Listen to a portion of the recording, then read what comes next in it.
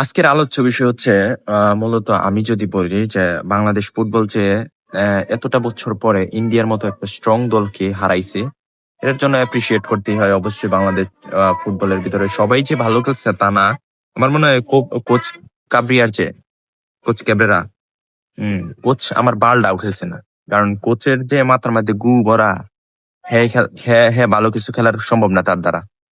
এখন এই এই খেলার ভিতরে আমার মনে হয় 100% অবদান হচ্ছে হামজা হামজা চৌধুরী। কারণ সে যেভাবে প্ল্যান করছে সেভাবেই খেলা হয়েছে, যার ফলে হচ্ছে ইন্ডিয়ার সাথে আমরা ভালো কিছু করতে পারছি। আর শালার মাথায় চুলও নাই, শালার মাথার কোনো বুদ্ধিও নাই। তো ওর যে খেলার যে মানে খেলার যে ক্যাপাবিলিটি, তো কোচ হয়েছে কিন্তু খেলার ভিতরে দেখেন ইন্ডিয়া কিন্তু অনেকগুলো সাবস্টিটিউশন করছে, অনেকগুলো প্লেয়ার তুলছে। কিন্তু বাংলাদেশ খেলার ভিতরে দেখেন উপরের প্লেয়ার গুলা দুর্বল হওয়ার সত্ত্বেও একটা প্লেয়ারের কিন্তু তারা তুলে নাই, কোচ তুলে নাই। আচ্ছা, কিউবা মিসেল, এখানে যে কিউবা মিসেলের কথা বলতেছি, যে কিউবা মিসেলের যে আনছে মূলত ওরে খেলানো হয় নাই কেন সেটা আমি বুঝতেছি না।